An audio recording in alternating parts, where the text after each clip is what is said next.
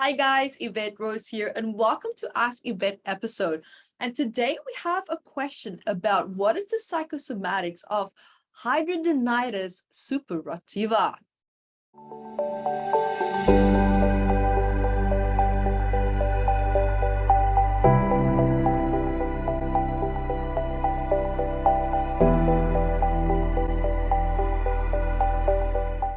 Hi everyone, Evette Rose here, and welcome to today's episode for Ask Evette.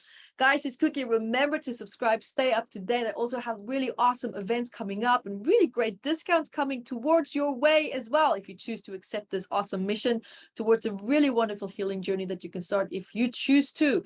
And then also for those of you who don't know me, guys, I'm known for writing this book called Metaphysical Anatomy. It's a big book of 679 medical ailments, and this is the psychosomatic stress behind the patterns also, and this is for adults. And then we have the kids version as well, and this book is great if you have kids, if you love children, if you feel very deeply unresolved about certain things from your childhood as well. This is a fantastic reference for you. And so guys, I'm really looking forward to today's topic. Today here we're going to be talking about hidradenitis suppurativa. Normally people just refer to it as HS because the name is a little bit of a blah blah. It's a tongue twister. Took me a while to kind of like pronounce it right. I had to practice before I made this video. That's the truth. And so normally this condition is also called as acne inversa. Now, this is a skin disease that involves, for example, now hair follicles, sweat glands, and the different types of glands where the skin is constantly in contact. Now, people tend to struggle with this who might fluctuate with their weight, which means that there's a lot of thyroid fluctuations taking place as well, which we'll get to in a minute, because that already gives you a really great idea of what could be happening.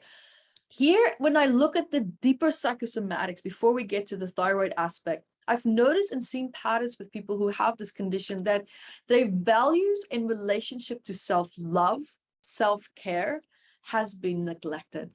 And that is normally because they themselves feel emotionally neglected in relationship to love, being nurtured, and being taken care of. So often what happens, the way that we were treated or the way that people interacted with us in our childhood, that can, not always, but in most cases, that can become the mirror, the reference for your relationship with yourself. It becomes your inner dialogue as well. So it's very important to look at perhaps maybe who, what, maybe certain circumstances made you feel really worthless, maybe very unworthy, and there's a lack of self-care there. So it's time to reconnect to yourself. This is what this condition is showing you. It's time to deeply love yourself and to just let go of old anger that you might still have because of the past that you were never able to express.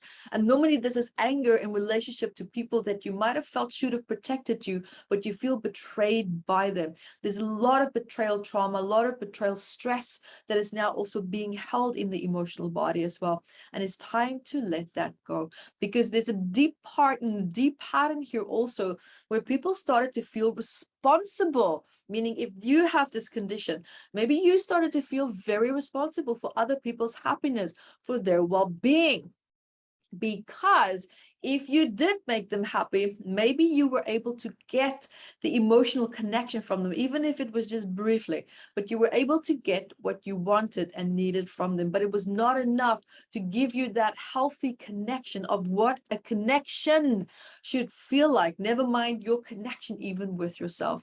It could be that you also were always so busy, caught up with responsibilities and burdens in life and feeling responsible for other people's emotions that you didn't have time to connect to yourself, to practice the art of self-love and to reconnect with you. So what is happening here? It is time for you to learn how to take time out for yourself, how to do what it is that you want to do without feeling that you have to rebel for it or fight for it.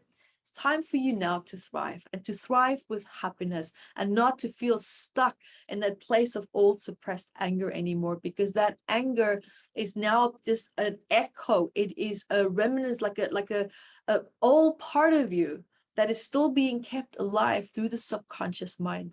But I invite you now to see that through your conscious practice, mindfulness practicing, that you can create the life that you want and that you deep down know that you deserve. Guys, there you have it. And until next time, be the light that you are.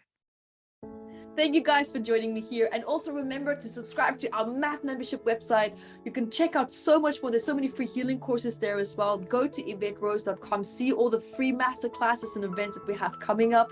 There's always something happening on our platform. And we love to hear from you for the Ask Evette episodes, but also for the psychosomatic patterns that you would love for us to talk about, especially when it comes to these books, the research that's in it. And there's so much to be learned and so much to be shared as well. So I love your questions. Let us know what's on your mind. Let us know what you would love me to address as well. Life challenges, it's endless. Guys, thank you so much for being here with me today. And remember to subscribe so that you can stay up to date with the latest and greatest videos that's coming out just for you.